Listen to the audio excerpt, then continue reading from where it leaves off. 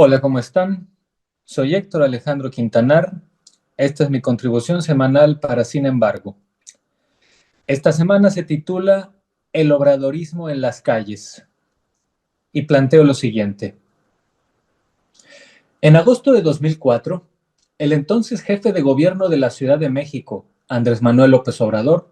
convocó a una protesta en el Zócalo para oponerse a lo que él llamaba un complot de la derecha, fraguado con los llamados videoescándalos ese año y, en mayo, con la canallada del desafuero. La asistencia a ese mitin fue de decenas de miles de personas. Organizada al vapor y en tiempos ajenos a las redes sociodigitales, esa concurrencia fue, por ejemplo,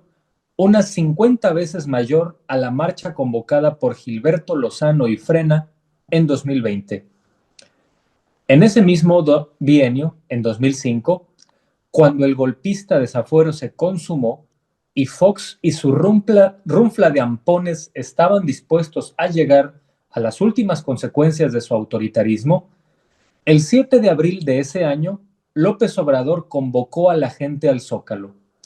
mientras en el Canal 2 de Televisa, en su barra cacofónica y deplorable de chismarrajos matutinos, la conductora Andrea Legarreta, devenida en politóloga estrella del PRIAN, sugería a la gente que si no tenía que hacerlo, mejor no saliera de su casa.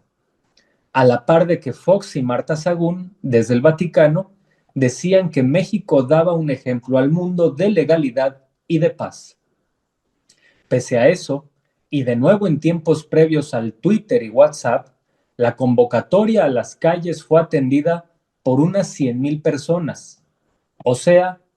una concentración 300 veces mayor que alguna marcha de las llamadas de los chalecos amarillos en 2019. Poco después, el 27 de abril de 2005, pese a la antidemocrática barrera mediática existente contra el perredismo en general, López Obrador convocó a la marcha del silencio en contra del golpe de Estado autoritario que fue el desafuero. Pese a las descalificaciones de Fox y Santiago Krill, y pese a la amenaza de represión militar, que por fortuna el secretario de la Defensa no estaba dispuesto a convalidar, esa marcha se convirtió en la movilización más grande de la historia mexicana en las últimas décadas. Asistieron casi 1,5 millones de personas en una manifestación sin precedentes que atiburró desde la fuente de petróleos hasta el Zócalo, mientras Fox y la prensa aliada a él mentían con que solo habían ido 100,000 personas, a pesar de que las fotografías mostraban lo contrario y a pesar de que en todo el mundo hubo expresiones de repudio al desafuero. Se recuerdan aquí, por ejemplo, las expuestas por los premios Nobel Adolfo Pérez Esquivel o José Saramago, o las expuestas por los escritores inglés y polaco Salman Rushdie y Richard Kapuscinski, por ejemplo. Esa marcha antidesafuero, también gestada en tiempos donde no había teléfonos inteligentes y, es así, con todo en contra, incluidas amenazas de represión, fue una marcha 50 veces más grande que la mayor concentración de, por ejemplo, la llamada Marea Rosa del año pasado. Y lo mismo podría decirse de la marcha del voto por voto de agosto de 2006, con casi 2 millones de asistentes, y las multitudinarias concentraciones de la Convención Nacional Democrática y la del llamado gobierno legítimo, con un zócalo lleno tanto el 16 de septiembre como el 20 de noviembre de ese año,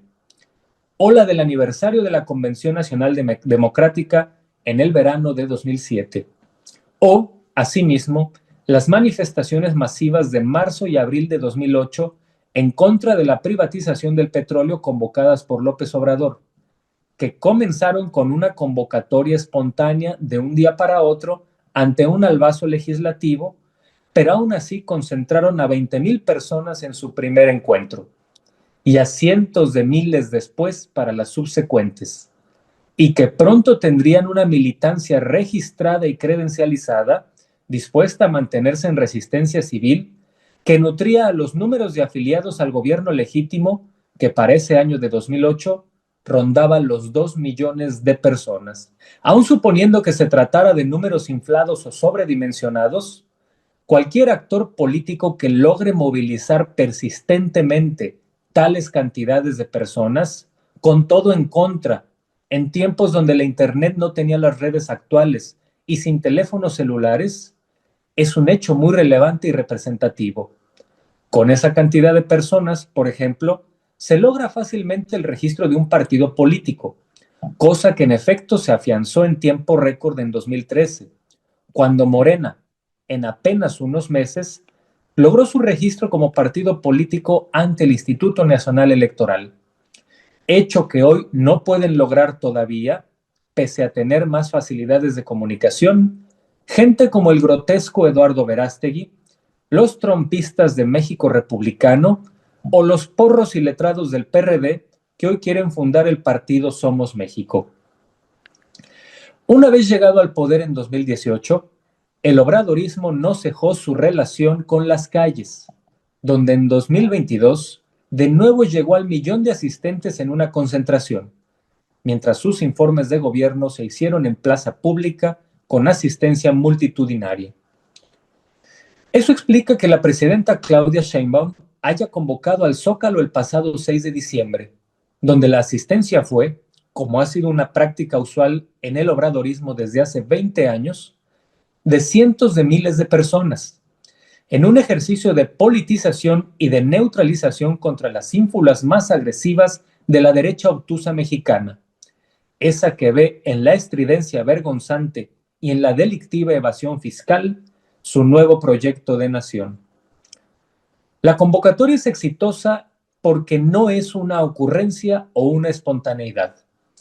Es un hábito consumado del obradorismo que empezó a gestarse hace décadas, bajo el convencimiento de que para triunfar en política en un país como México, con oligopolios mediáticos y poca actitud democrática, hay que hacer política cara a cara, calle a calle, palmo a palmo, no para solamente llevar información, sino para recibirla y crear socialización de ideas. Así, son las calles y el terreno, y no solo el escritorio y las pantallas, el espacio natural del obradorismo, que desde tiempos donde era más complejo el contacto y sin las ventajas del mundo digital, supo hacer contacto con el mundo real, mientras enfrentaron el acoso y el estigma de, por ejemplo, las voceras más representativas de la derecha mexicana, ya fueran Andrea Legarreta en 2005 o Patricia Chapoy en 2025,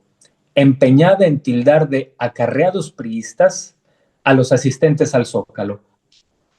La relación del obradorismo y las calles ha sido una constante. Como constante ha sido también la falta de comprensión de sus adversarios de este fenómeno, al cual no solo quieren interpretar con términos caducos, sino que sobre todo quieren descalificar, sin notar que al hacerlo no solo reproducen el nivel de Chapoy, sino que, ante todo, se descalifican a sí mismos. Muchas gracias por escuchar, temporalmente desde la ciudad de Praga, en República Checa, por 2 semanas más.